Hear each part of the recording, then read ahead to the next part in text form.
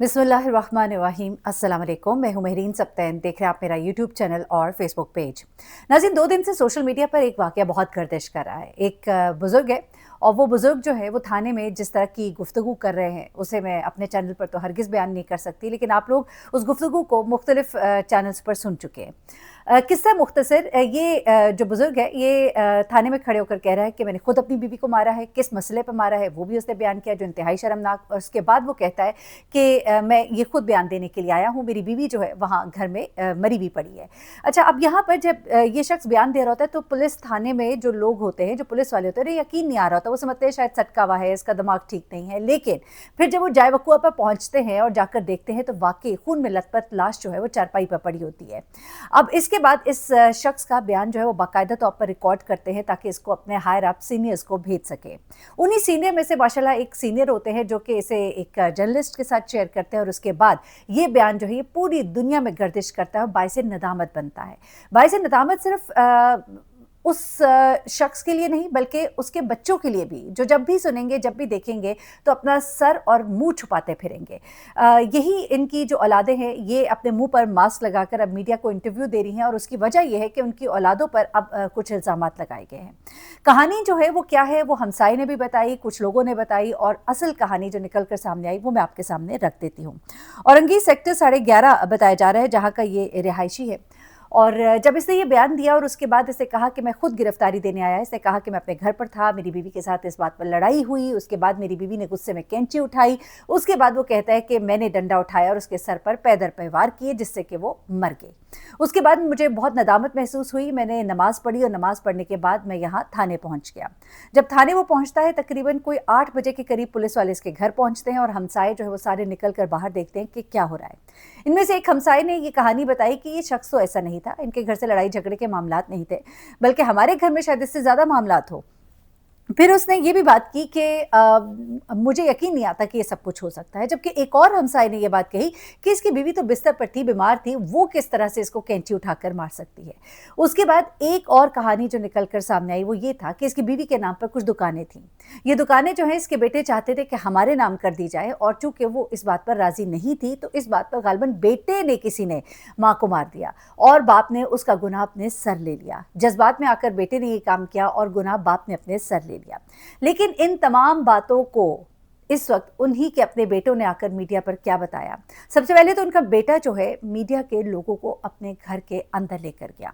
उसने कहा, आइए जरा मेरा घर देखिए, छत की हालत देखिए, घर की हालत देखिए, ये टूटी हुई छत, ये बिस्तर, ये ज़मीन, ये आप हमारे घर का सारा माहौल देखकर क्या अंदाज़ा लगा सकते हैं कि हमारी माँ कोई करोड़पति थी जैसा कि मीडिया पर बताया जा रहा है। हमारी माँ के पास दुकानें अगर होती तो हमारे हालात बहुत अच्छे होते ना, चले हमारे नाम की ना की वो एक और बात है। वो कहते हैं कि ऐसा हरगिज़ नहीं है। इनके वालिद जो है उनके बारे में ये बताया जा रहा है कि वो एक मुलाजिम थे सरकारी गालिबन, और उससे वो रिटायर्ड थे, और उसके बाद उनकी कोई जायदाद, कोई दुकान, कोई ऐसी चीज़ उनके पास नहीं थी कि जिसकी बिना पर कोई उन्हें एक अमीर तरीन शख्स कह सकता। अच्छा, अब वो जो नौजवान है वो आकर मीडिया के सामने बताता है कि हमारा ये घर बार है, ये देखिए, हमारे वालिद ने जो किया हम उस पर सख्त शर्मिंदा हैं, हम उन्हें माफ़ नहीं कर सकते। हाँ, वो हमारे वालिद हैं, उनका एहतराम करेंगे, हम उन्हें कोई बुरा भला गालम गलोच नहीं करेंगे, लेकिन मैं उन्हें ज़िंदगी भर माफ़ नहीं कर सकता। लोगों ने ये भी कहा कि बेटे जो है वो माँ के जनाजे में नहीं शरीक हुए, लेकिन हमने जो पता कराया है उसके मुताबिक बेटे जो है वो जनाजे में थे। उन्होंने आगे खड़े होकर बाकायदा अपनी वालदा की नमाज जनाजा जो है वो पढ़ी है। अच्छा, उसके बाद जो दूसरा एक छोटा बेटा जो है, बड़े भाई ने बताया कि वो मिलने बाप से ज़रूर गया जेल, थाने गया, लेकिन उसने कोई ऐसी बात नहीं की कि कोई हम उन्हें माफ़ कर देंगे। जो उन्होंने किया है उन्होंने खुद एतराफ़ किया है, इक़बाल जुर्म किया है, तो वो उस गुनाह का जो भी सज़ा होगी वो भुगतेंगे। अच्छा, अब 2-4 चीज़ें और हैं जो इस केस में क्लियर करना बाकी हैं। जो वालिद साहब हैं इनके, उनका एक और बयान थाने से सामने आया जिसमें वो बैठकर कह रहे हैं कि शैतान मुझ पर हावी हो गया था, गुस्से में मैंने ये सब कुछ कर दिया, इसीलिए गुस्से को हराम कहा जाता है। मेरी बीवी थी, सालों की रफ़ाकत थी, मुझे अब इस बात पे बड़ा दुख है कि मुझसे जो हो गया है वो नाकाबिले माफ़ी है, और मैं अपने इसी गुनाह की वजह से मैं खुद पेश हुआ हूँ, अपनी मैंने गिरफ़्तारी दी है। मैं नहीं चाहता कि मेरे बेटे मुझसे मिलने यहाँ पर आए, मैं नहीं चाहता कि वो मुझे कोई माफ़ी दे, मैं नहीं चाहता कि मेरी सज़ा जो है वो माफ़ की जाए, क्योंकि मुझे सज़ा मिलनी चाहिए। उम्र के इस हिस्से में आकर मुझसे ये गुनाह सरज़द हो गया है, मैं बहुत शर्मिंदा हूँ। और ये सब कुछ कहते हुए वो बाबा जी रोने लग जाता है।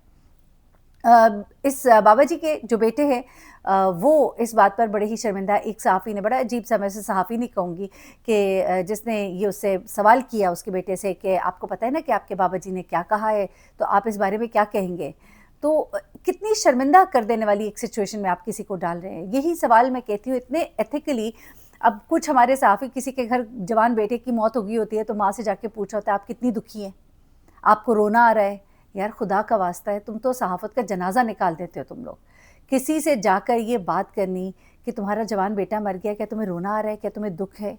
ये कोई सवाल है? ऐसे में दिल करता है कि ऐसे बंदे के मुँह पे चपेड़े मारी जाए।